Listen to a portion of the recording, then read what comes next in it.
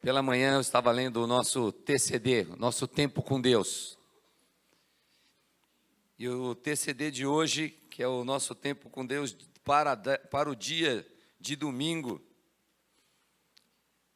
nos traz um momento de esperança aqui, em que ele nos diz: orai sem cessar.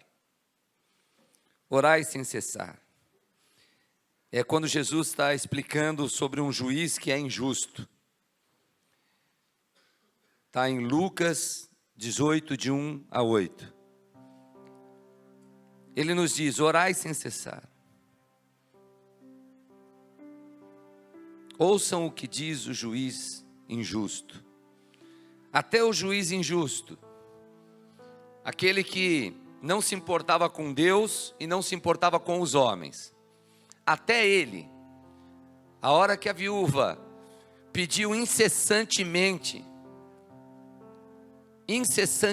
ela pediu, o que aconteceu foi que o juiz falou: eu vou atendê-la. Você tem motivo de oração? Você tem um motivo para estar pedindo a Deus, para que atenda com desejos do seu coração, que devem estar linkados com aquilo que Deus quer?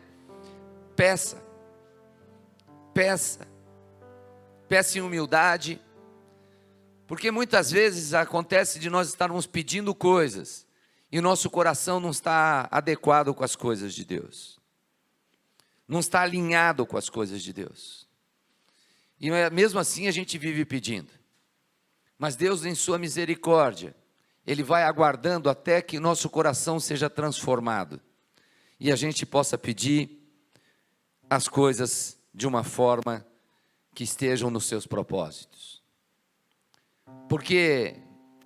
Não porque Ele faça só questão que você faça as coisas do jeito dEle, mas porque as coisas que o Senhor deseja são perfeitas. As coisas que Deus deseja para cada um de nós são perfeitas. Então eu aprendi, não sei você como você está, mas o que eu aprendi? Eu aprendi que quando eu desejo alguma coisa que não é o desejo de Deus, eu sei que eu estou errado. Como você é? Quando você fica desejando coisas que você já previamente sabe que não são os desejos de Deus, você continua insistindo da tua forma? Ou você procura buscar em você aquilo que deve ser mudado, aquilo que deve ser transformado? Nosso tema da semana, que nós começamos há pouco tempo, nesse mês de março, é um tema que fala sem vergonha. Fala para quem está do teu lado, sem vergonha, mas não fala para ele que não é dele, não. É um tema que nos chama muita atenção, não é verdade? Fala sem vergonha. Eu falei: gostei demais, meu, para nós estarmos conversando. Quando nós dizemos, e ainda sem vergonha, para ser livre e para crescermos. Normalmente, sem vergonha é uma pessoa sem valores, sem princípios, desprovida de afeto, de pudor, de respeito. Mas esse sem vergonha que eu estou ministrando, e queria que você se atentasse, não é para essas características. É uma outra característica, é um outro aspecto nocivo da vergonha. É aquele que nos afasta das pessoas e nos afasta de Deus. É uma vergonha que nos impede de estar na presença de Deus e crescer. É uma vergonha de que eu tenho que estar de tal forma para que as pessoas às vezes me reconheçam, ou eu tenho que estar de outra forma para que Deus possa estar presente comigo. É uma vergonha que me impede de seguir à frente, me impede de ser quem eu sou em Cristo Jesus. É dessa vergonha que eu vou estar ministrando hoje. A vergonha que nos corrói, uma vergonha que nos aprisiona e nos impede de viver a vida para a qual Jesus nos chamou. É dessa vergonha. É interessante que quando a gente sente vergonha, nós queremos enfiar a cabeça num buraco, não é assim? Você quer se esconder. Eu lembrei de porque eu fui buscar, porque Deus vai ministrando a palavra, primeiro no preletor, e depois ele ministra ao povo. E Deus estava tratando a minha vida, e eu falando assim, puxa vida, quando que eu passei vergonha? Uma vergonha que eu quis me esconder. E eu falei, não, mas isso aqui, eu lembrei mais de uma. Mas essa, falei, eu não vou falar para o povo isso não. Estou com muita vergonha. Mas o Senhor falou assim, é para falar. Falei, tá bom, Senhor. E o que eu tinha para falar para vocês, que eu fiz que me deixou com muita vergonha, foi uma vez que eu joguei lixo pela janela do carro. A esposa sempre ajuda a gente nesses momentos, né? Ela falou, ainda foi consciente que ele jogou. Mas foi verdade, porque a gente saiu de um local, eu estava de carona tal, e tinha um lugar que estava cheio de lixo, já estava cheio de lixo, essa era a minha justificativa, e eu falei, eu vou jogar mais um. Eu sei que aqui ninguém nunca fez isso, mas isso não me conforta, porque quando eu joguei aquele lixo pela janela, eu já sabia que não era para fazer, eu já sabia daquilo, e era um saco, eu joguei aquele saco, e para minha desgraça, ele estourou o saco, querido, foi horrível, estourou o saco, tinha um monte de lixo, já ficou com mais lixo, e eu colaborando com aquilo. Isso não foi o pior, porque quando a gente faz algumas coisas erradas, escondido, a gente acha que a gente fica melhor, não é assim que a gente acha? Mas na hora que eu joguei, eu estava dentro do carro, estava passando uma pessoa que eu admirava demais. Pensa numa pessoa que se admira demais. Eu vi o carro que estava passando pela gente, porque eu diminuí o carro para jogar o lixo fora, e a pessoa estava passando de carro. Imagina uma tartaruga que encolhe a cabeça e quer entrar dentro do corpo. Foi essa a minha sensação. Eu me afundei na poltrona do carro. Eu não quero que ninguém me vê. O que é isso que eu fiz? Mas eu sabia. Queridos, eu fiquei com isso na minha vida durante muito tempo. E não acho que é uma coisa tão sem importância assim. Porque não é o ato só de jogar algo. É o ato de você saber que está errado, saber que não deve fazer, e você fazer e se expor totalmente para as pessoas. É uma questão de você realmente enxergar para você e olhar que, será que meu caráter é um caráter tão duvidoso assim? Será que eu sou uma pessoa também dessa forma? Que não liga, ou só liga para as coisas se tiver alguém olhando? Como é que realmente nós somos? Mas a palavra de Deus nos diz em Lucas 4, 18 e 19, que o Espírito do Senhor está sobre mim, porque Ele me ungiu para pregar boas novas aos pobres. Ele me enviou para proclamar liberdade aos presos. E é assim que eu me sentia preso. Você já sentiu amarrado, preso, que as coisas não vão? Você quer fazer as coisas caminharem, você quer fazer as coisas irem à frente, e você está com o seu coração disposto, mas não vai. Você atinge seus objetivos, você atinge as suas metas, e você vai vencendo na vida em algumas coisas, mas aquilo não é o suficiente.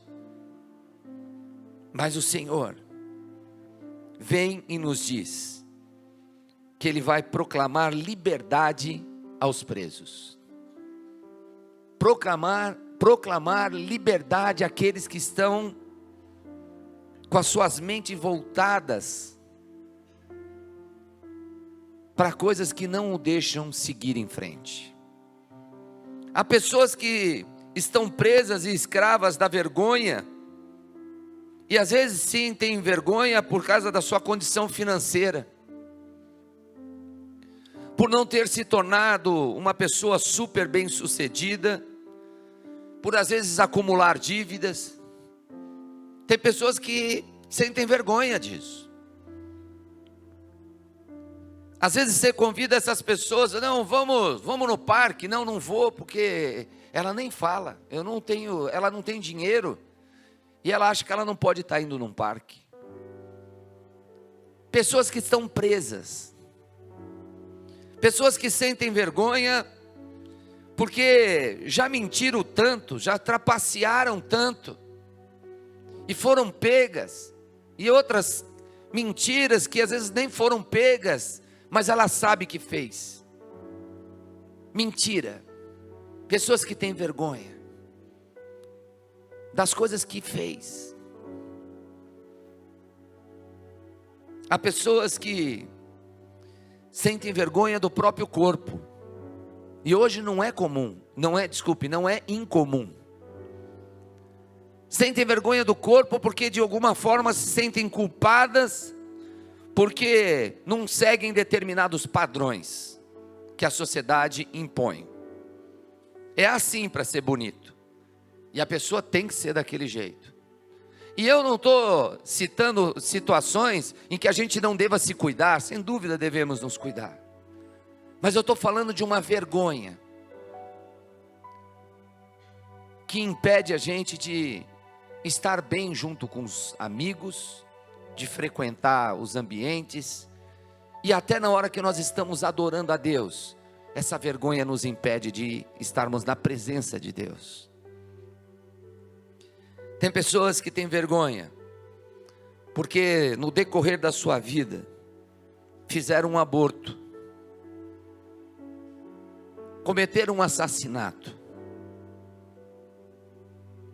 Mulheres que em determinados momentos de sua vida entenderam que era melhor não ter seu filho, se sentem culpadas. Não foi às vezes uma decisão sozinha,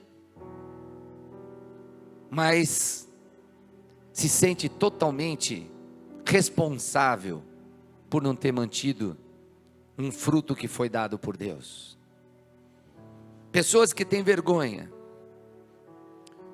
por ter sido vítima de abuso sexual na sua juventude ou não, e que embora às vezes sejam até vítimas, geralmente inocentes, muitas vezes também se sentem culpadas, e começa a ter uma mistura entre vergonha e culpa,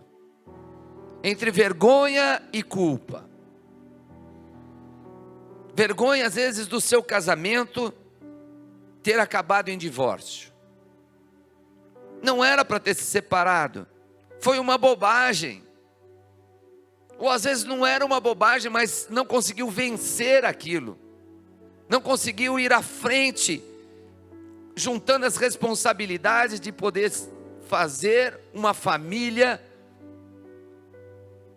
do padrão que Deus gostaria que fosse. E a pessoa tem vergonha.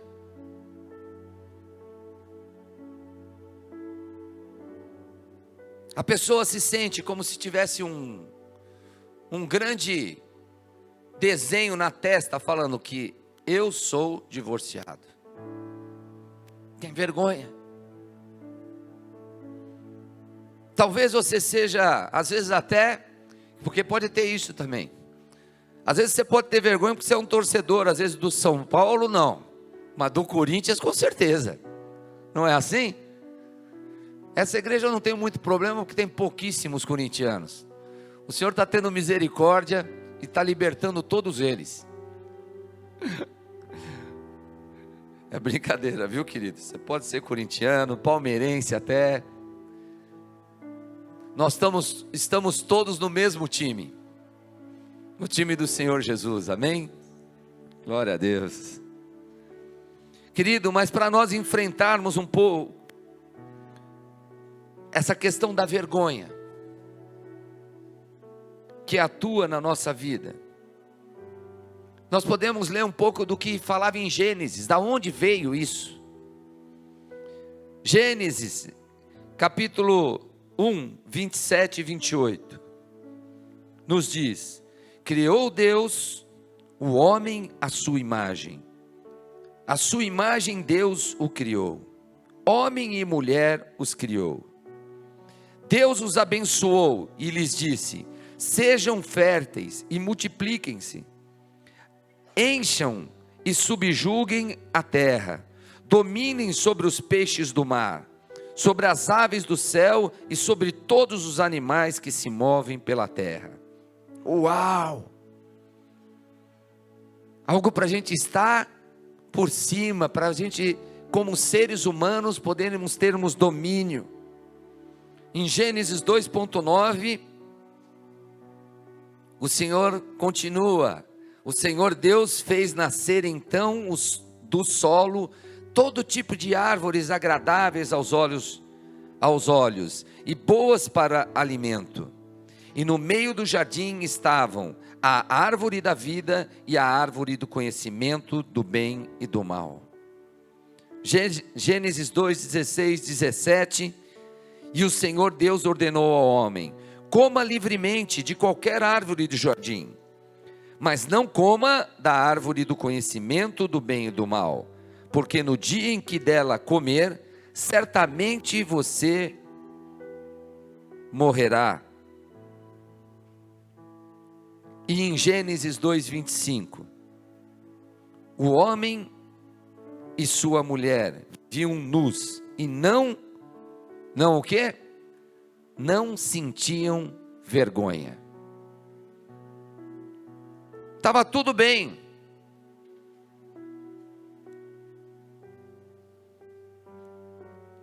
Põe o outro. Gênesis 2:25. O homem e sua mulher viviam nus e não sentiam vergonha. Estava tudo certo. A vergonha não fazia parte daquela perfeição do que Deus trazia para as nossas vidas como seres humanos. Existia uma disposição de alegria de estar convivendo.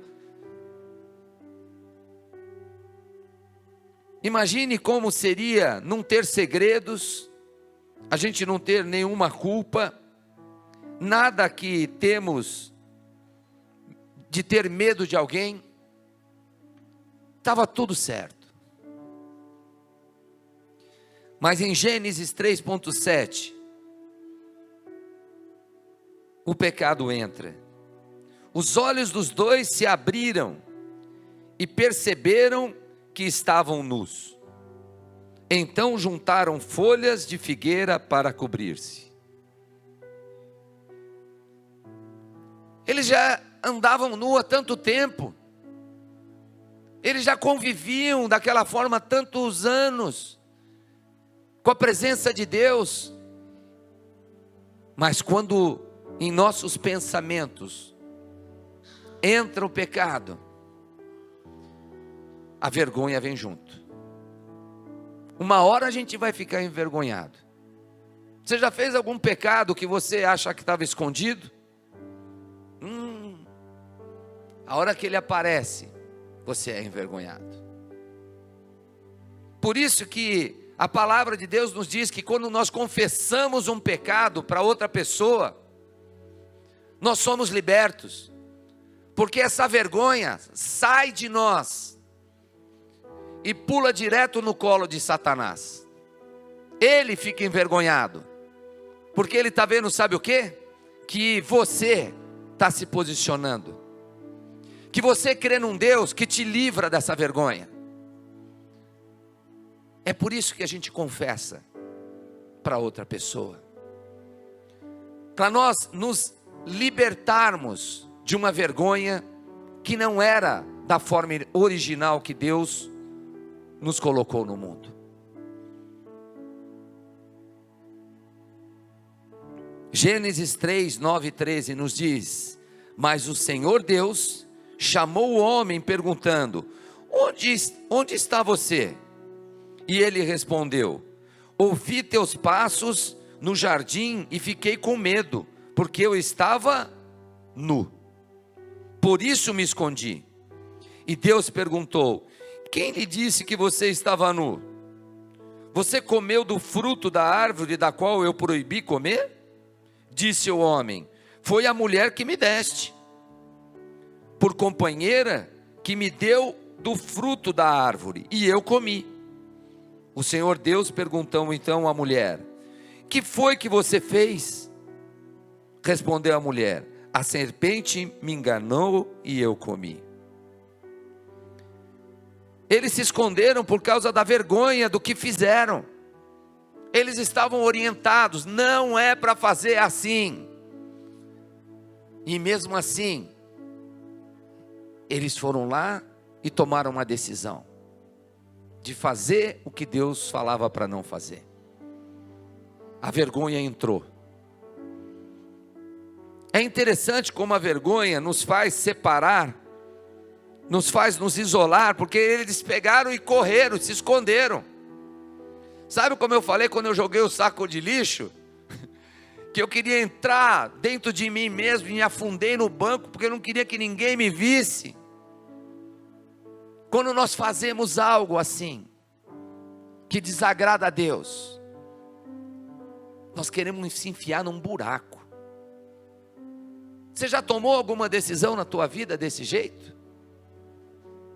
Tomei a decisão, fiz aquilo, consciente ou inconsciente, mas aquilo estava tudo errado.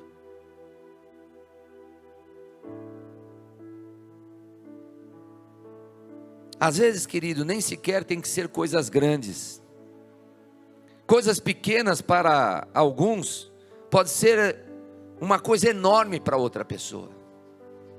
Coisas que são detalhes para uma pessoa, às vezes para outra pode ser algo muito grande.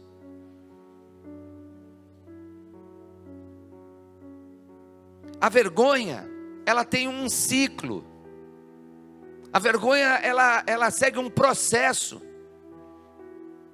Ela entra de uma forma que ela vai linkando uma coisa com outra. Você experimenta primeiro algo doloroso. Assim é.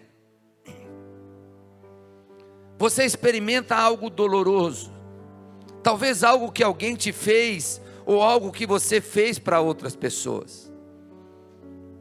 Aquilo doeu. Pode até ter sido culpa sua. Não importa de quem que é a culpa, na verdade. Mas foi algo que te machucou. Às vezes você pode ter gritado com alguém e você se demonstrou uma pessoa totalmente desequilibrada. Você podia até estar certo. E a pessoa te olha falando: nossa, o que é isso? Para que dar esse piti? Para que agir dessa forma? Você podia só falar: eu não concordo. Não. Você passou do ponto. Desequilíbrio. Porque nós achamos que a gente tem controle de todas as coisas e que nós agimos sempre corretamente e que nós temos uma postura adequada, e de repente nós nos pegamos fazendo coisas que...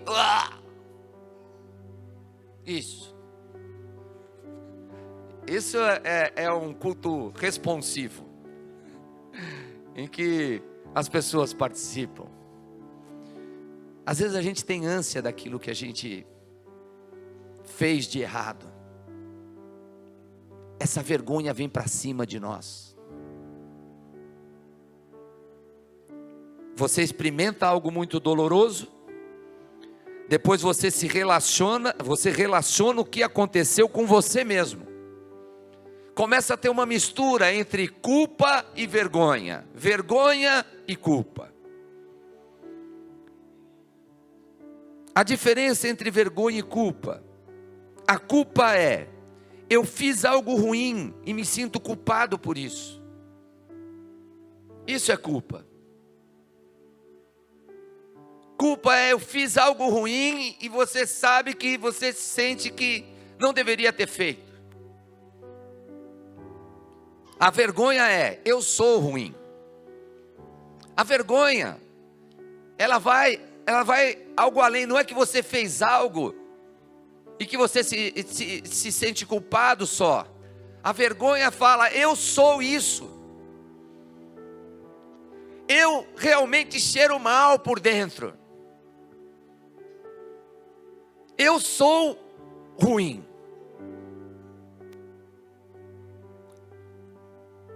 A culpa diz, isso foi algo que eu fiz, que não estou orgulhoso.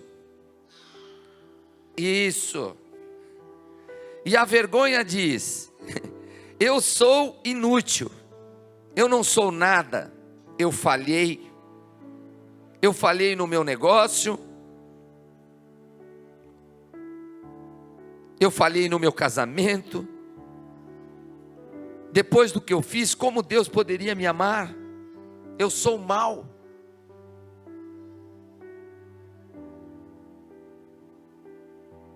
Eu sou mau. A primeira coisa que acontece é isso. Você experimenta algo profundamente doloroso. Então você conecta com isso que aconteceu, sendo você a coisa ruim. E a terceira coisa que acontece é que você se torna prisioneiro, atormentado por seu passado. Sentimento de separação de Deus, separação dos outros, uma separação muito, muito real de desespero. Eu nunca vou superar isso. A vergonha vem de uma forma para nos desiludir que a gente tem um futuro. A gente faz pose, nós representamos, e isso não é o suficiente. Isso não é o suficiente. Porque por dentro nós nos sentimos sujos. Você experimenta algo que é muito doloroso, você relaciona o que aconteceu com quem você é, e você fica prisioneiro desse pensamento. Minha vida nunca poderia mudar porque eu fiz tal coisa. Nunca vou ter um bom casamento, nunca posso me recuperar disso. Não importa o que eu faço, eu nunca vou superar essa profunda e sombria vergonha. Satanás, querido, seu inimigo espiritual, quer levá-lo a um ciclo vergonhoso, para destruir o seu relacionamento com Deus, o seu relacionamento com as pessoas. Na verdade, o que Satanás quer é que você se odeie. É isso que Satanás quer. Satanás quer que cada um de nós não gostemos de nós mesmos. E não interessa o quanto a gente se enfeite. Ele coloca algo dentro da nossa mente, que nós não somos nada para ninguém e nem para Deus. Interessante nisso, porque esse terceiro ponto, que a gente se torna prisioneiro dos nossos próprios pensamentos, e a gente fica atormentado pelo nosso passado, eu associei com um material que seria, qual que é o material mais duro que existe no mundo? Quem pode me ajudar aí? Tem algum químico aí? Eu pensei que fosse aço, mas eu acho que deve ser talvez titânio. O quê? Vídia, diamante, deve ser por aí. Obrigado. Então, eu achava que era um desses materiais mesmo, mas não é, querido. O material mais duro do mundo é o teu e o meu pensamento. Eu estou te falando. Tem coisa que você tem que mudar, que você não muda de jeito nenhum. Não é assim? Eu tenho que mudar meu pensamento. Eu falo, não, isso aqui não. Eu me agarro àquilo. Eu me agarro àquilo de uma forma que o mundo pode cair. Pessoas podem morrer. A minha felicidade pode ser jogada ao chão. Os meus filhos podem ser desprovidos de pai e mãe, mas eu não mudo. Eu não mudo. Eu fico ali, fincado na minha posição. Não existe nada mais duro do que isso. Deus fala, vai para cá. Não, eu não vou.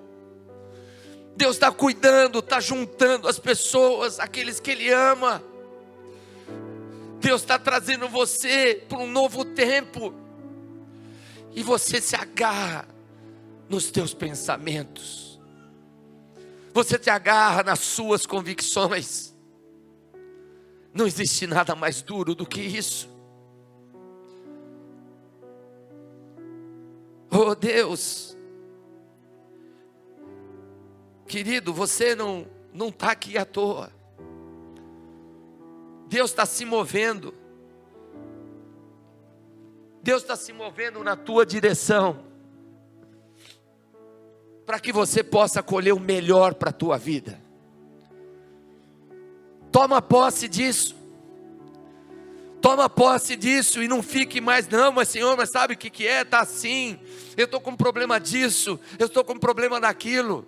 Não, Deus vai trazendo a cada um de nós de uma forma que Ele vai aproximando e vai dando o caminho. E quando nós vamos seguindo aquele caminho que o Senhor deseja, e a gente vai abrindo mão das nossas convicções, sabe o que acontece? As coisas começam a melhorar, com ou sem dinheiro.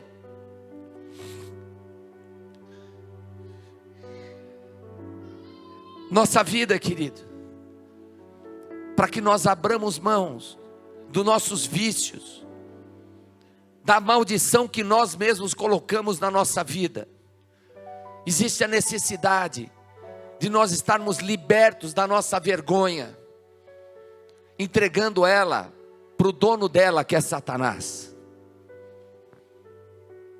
Nós não podemos ficar presos a convicções que não nos levam a nada.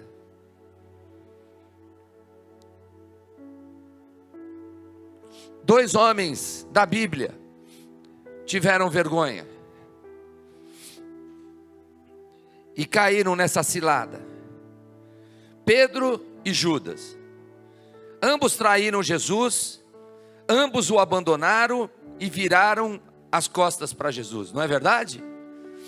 Eu fico imaginando Judas, a hora que foi entregar Jesus com os guardas, aquele que eu beijar.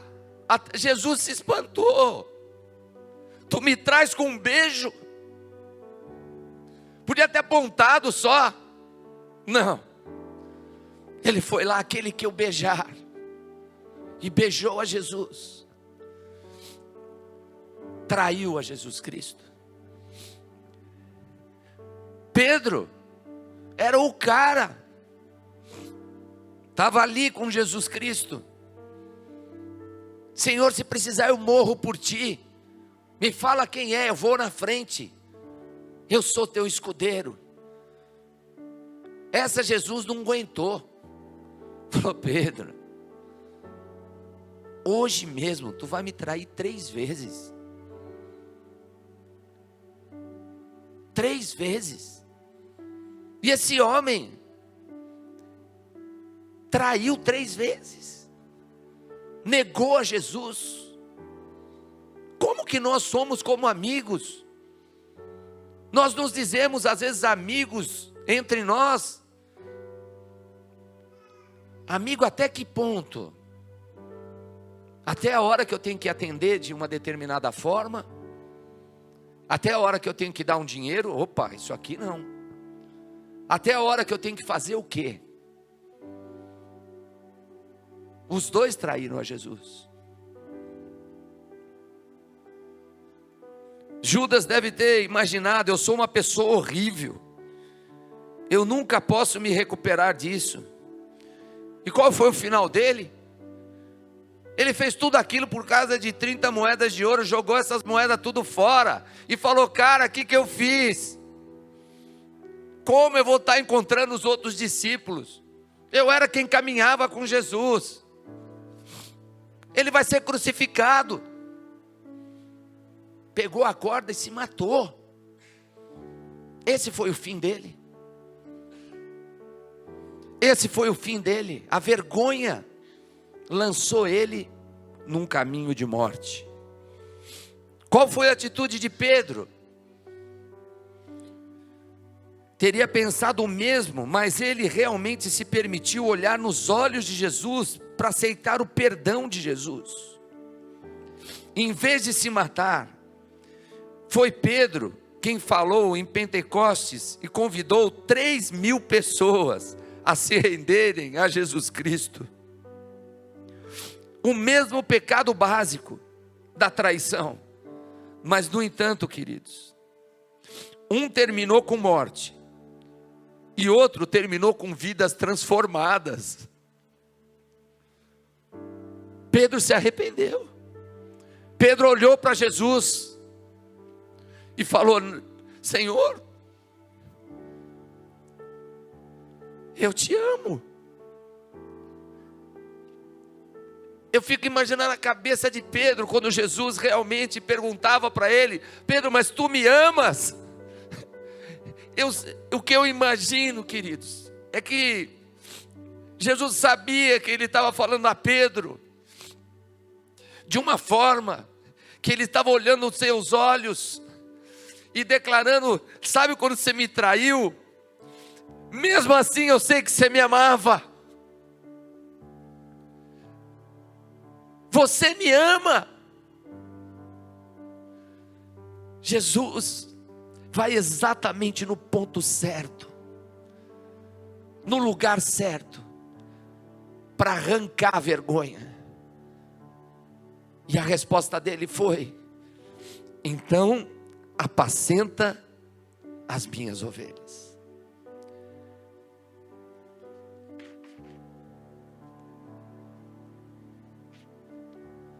Pedro sabia o que era ministrar sob perdão, não sabia? Imagina como foi essa ministração dele em Pentecostes. 3.000 pessoas se entregaram para Jesus. E ele teve a redenção dele. Senhor, o que era vergonha, eu te entrego agora como um presente, porque tu me usaste, porque o Senhor me deixou ser transformado. Glória a Deus, querido, pela tua vida que está aqui. Glória a Deus pela tua vida que consegue ter os seus olhos voltados para Jesus Cristo, porque toda contenda será lançada fora em nome de Jesus. Você vai receber na tua vida uma unção, sim, de poder, uma unção de liberdade, não de vergonha.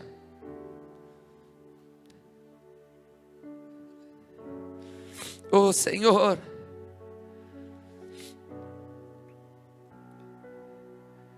embora nós vivamos como homens, queridos, nós não lutamos segundo os padrões humanos.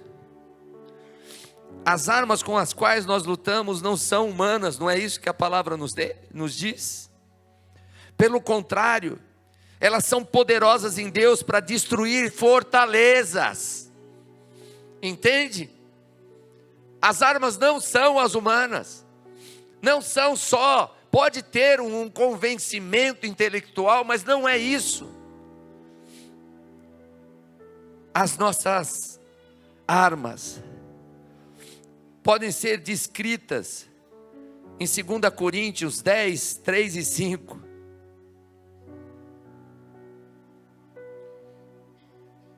Destruirmos argumentos e toda pretensão que se levanta contra o conhecimento de Deus. E levamos cativo o quê? todo pensamento para torná-lo obediente a Cristo.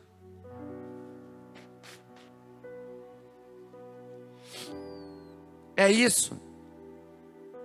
Pegar esse material que é o mais duro de todo o universo, o meu e o teu pensamento, e levar ele cativo a Cristo Jesus.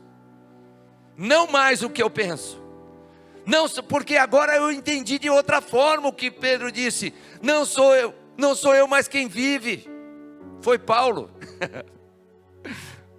Obrigado, tem gente que me dá cola aí do...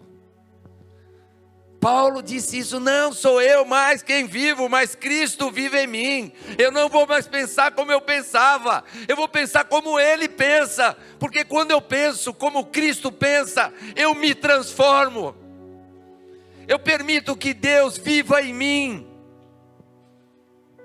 Ah, como é bom! Eu não vou me vergonhar.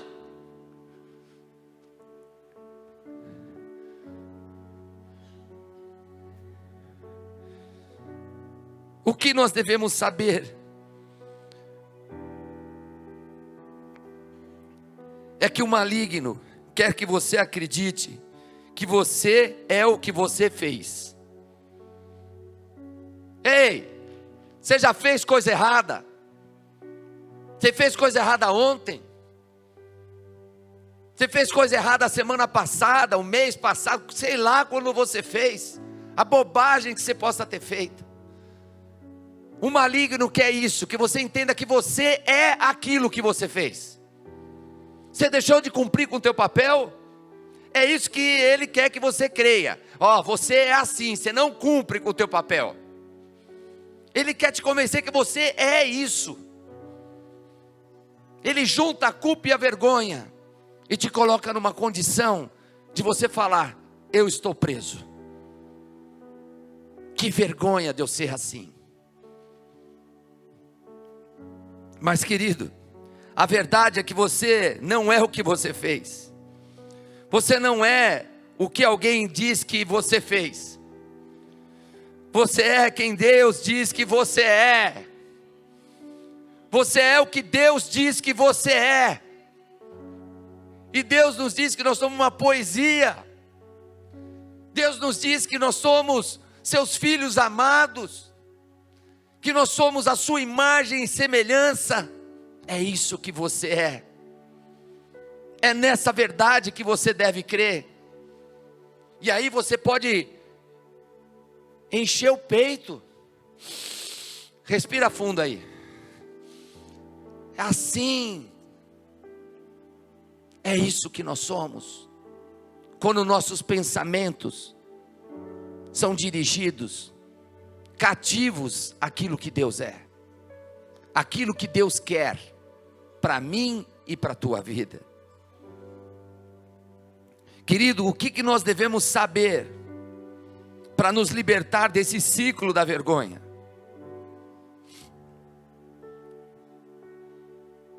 Nós devemos saber primeiro, querido, que nós não podemos mudar o passado. Eu não consigo ir lá pegar aquele saco de lixo e tem uma propaganda na televisão que era assim, não sei se vocês viram, que um monte de gente joga um monte de coisa do carro e tem uma determinada hora que aquele lixo começa a entrar tudo para dentro do carro dela.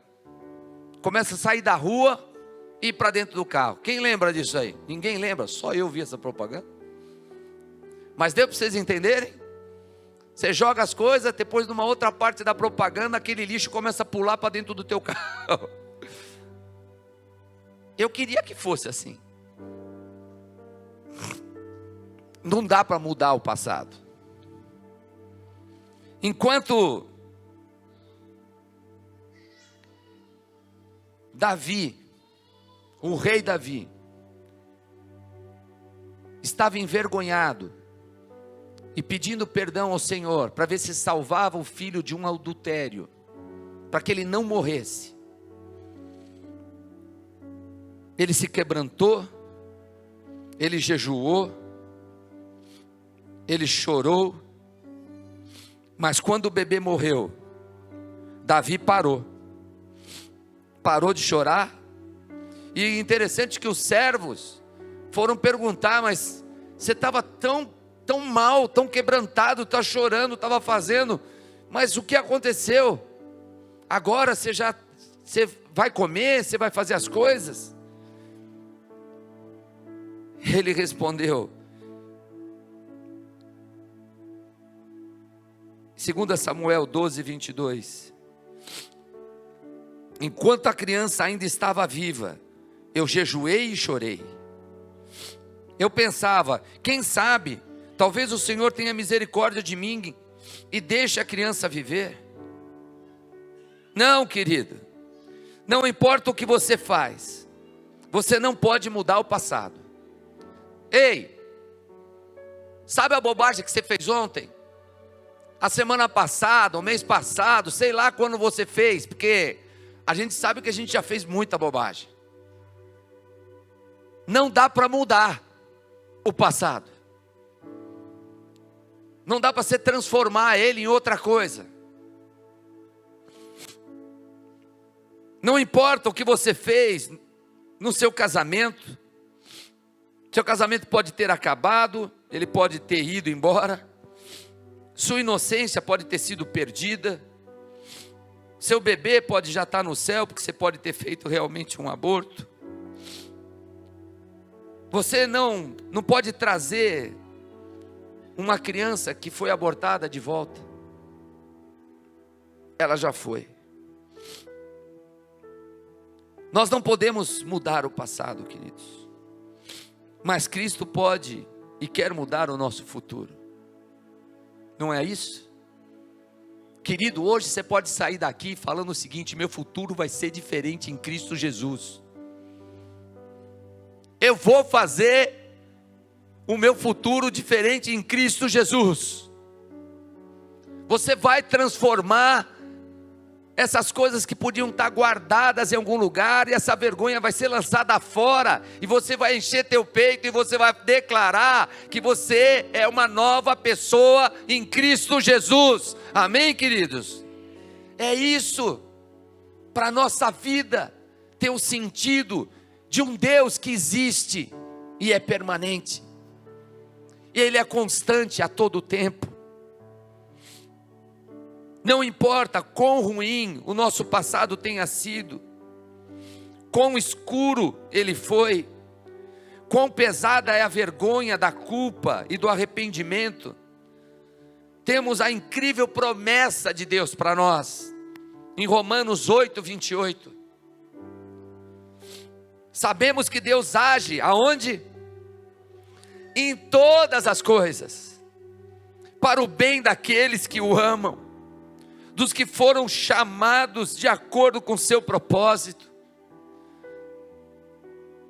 Sabemos que Deus age em todas as coisas, todas aquelas coisas que você possa ter feito, o Senhor está agindo para o teu bem. Todas as coisas, querido, citado aqui nesse versículo, inclui as coisas escuras, as coisas que nos envergonharam, as coisas que nós daríamos tudo para que não tivéssemos feito ou experimentado. Pedro enfrentou Jesus, recebeu seu perdão, perdoou a si mesmo e passou a impactar o mundo inteiro.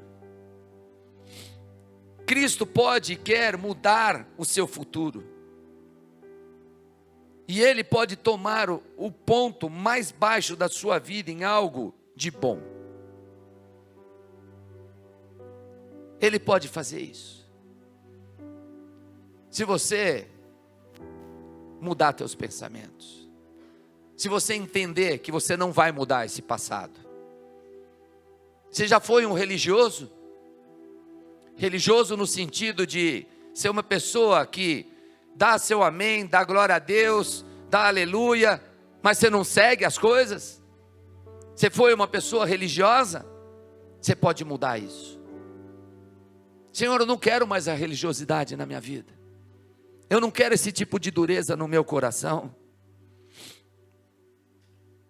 Ele pode tornar tudo novo e recomeçar, para que a gente possa ser livre da vergonha.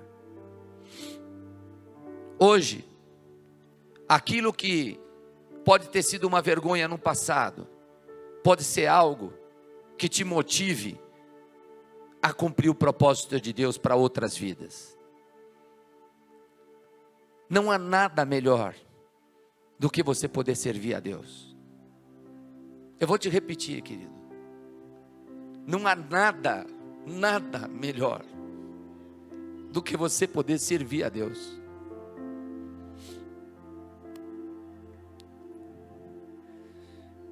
Querido,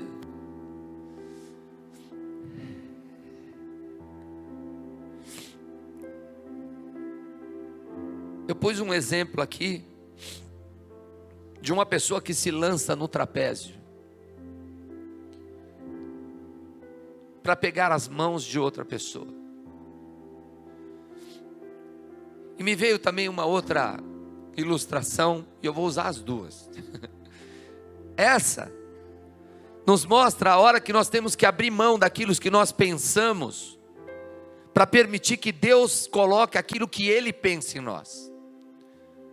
Aquilo que eu e você pensamos, a hora que a gente larga isso, a sensação é que nós estamos em queda livre. Largar os nossos pensamentos, aquilo que trava a nossa mente, que nos gera uma fortaleza mental, isso nos deixa num vazio, e você se lança, porque você às vezes crê, tem fé, mas você não confia que Deus vai dar a mão para você, e vai te ajudar a superar. Mas aquele grito que eu dei, aquela briga que eu tive, as bebidas que eu tomei, a droga que eu ingeri, como que eu vou apagar isso da minha vida? Eu sou um nada. E você não quer largar, você quer segurar. Eu não abro mão. Eu penso assim, eu sou isso. E Satanás está dominando tudo. Mas você hoje, querido, você vai levantar as suas mãos e abrir mão dos teus pensamentos, daquilo que está dentro da tua mente, e você vai permitir que o Espírito Santo de Deus haja, porque você vai se largar. E o que acontece é que o Senhor Jesus, através do seu Espírito Santo, irá pegar a tua mão e te segurar firmemente, e você vai sentir a plenitude de Deus na tua vida e na tua casa. Você toma posse disso na tua vida? Então manda uma salva de palmas ao Senhor. Oh Deus, hoje é o dia em que você vai soltar a vergonha. Você não pode mudar o passado, mas Deus pode usá-lo. Confesse isso a Ele.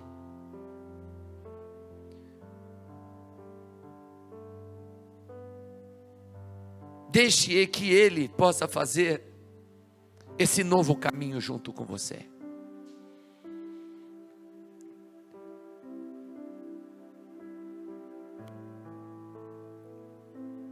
Quando a gente pula de paraquedas, deve ser uma sensação doida, que você cai em queda livre. Não é assim? Lembrei da minha filha que pulou de paraquedas, quase morri. É que ela sempre foi uma menina que teve tudo na vida dela. Não tinha mais o que pediu para pular de paraquedas. Eu aguento um negócio desse?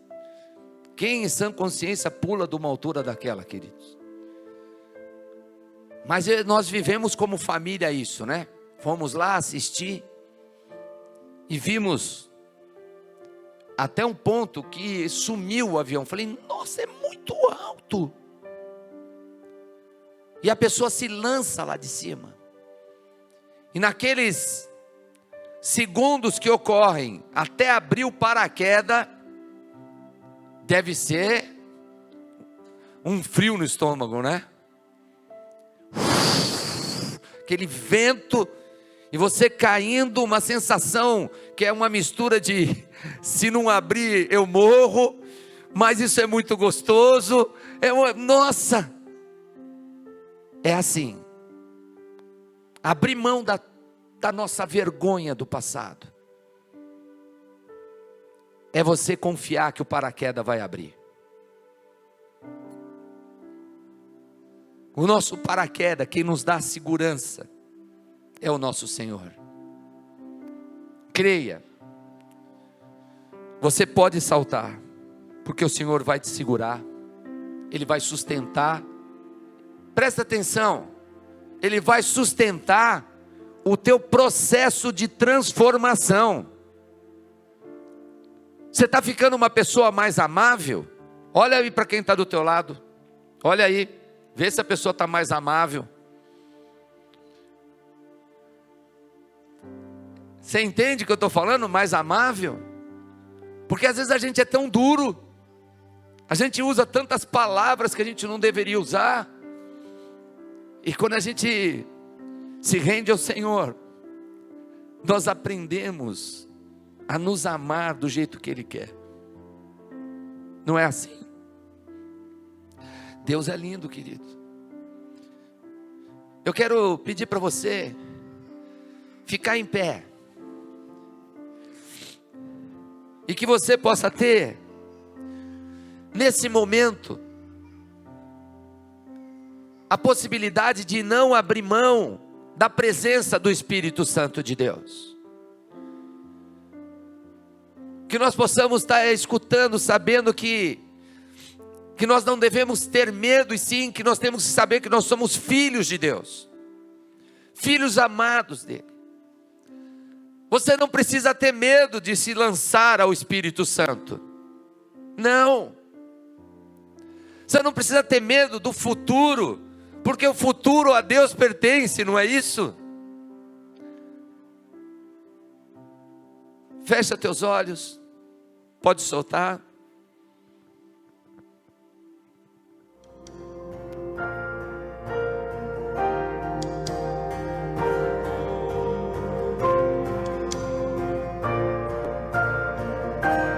Ventre da minha mãe, tu me escolheu, se chamaste pelo nome.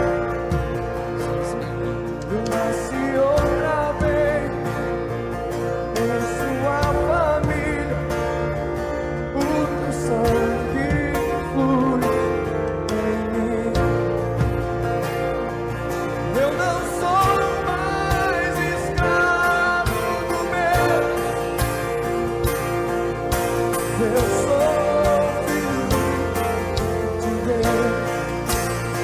declara isso. Eu não sou mais escravo do medo. Eu sou filho de Deus. Eu não sou mais escravo do medo. Eu sou filho de Deus. Ô Senhor,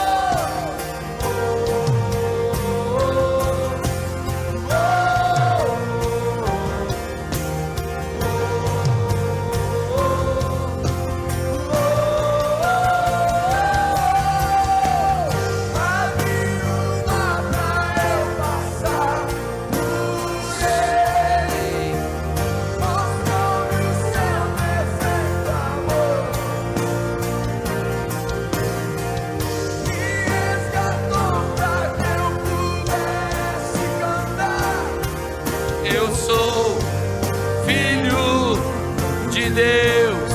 É isso que você é.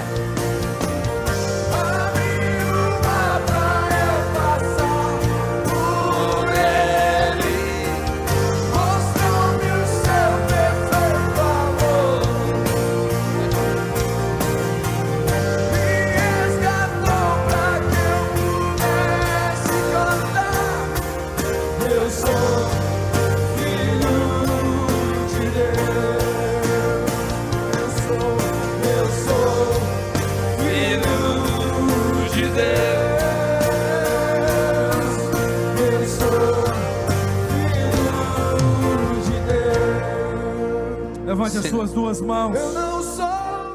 Senhor Deus, eu coloco, Senhor, a vida de cada um aqui, Senhor, na tua presença, lançando fora, Senhor, toda a vergonha do passado, tudo aquilo que foi feito ontem, tudo aquilo que foi feito nesses tempos atrás, Senhor.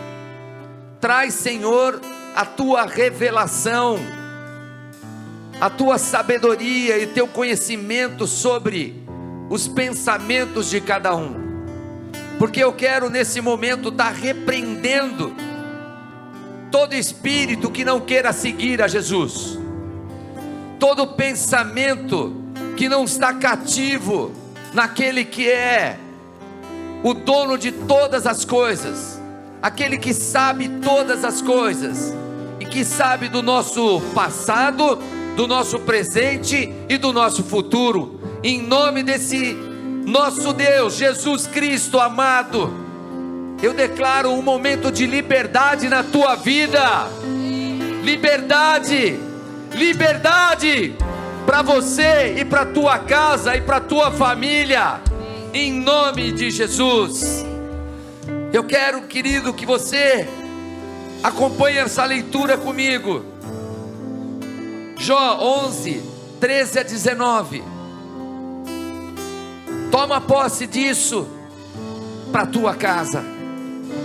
Contudo, se você lhe consagrar o coração e estender as mãos para ele, se afastar das suas mãos o pecado e não permitir que a maldade habite em sua tenda, então você levantará o rosto sem envergonhar-se, serás firme e destemido, você esquecerá as suas desgraças, lembrando-se apenas como águas passadas.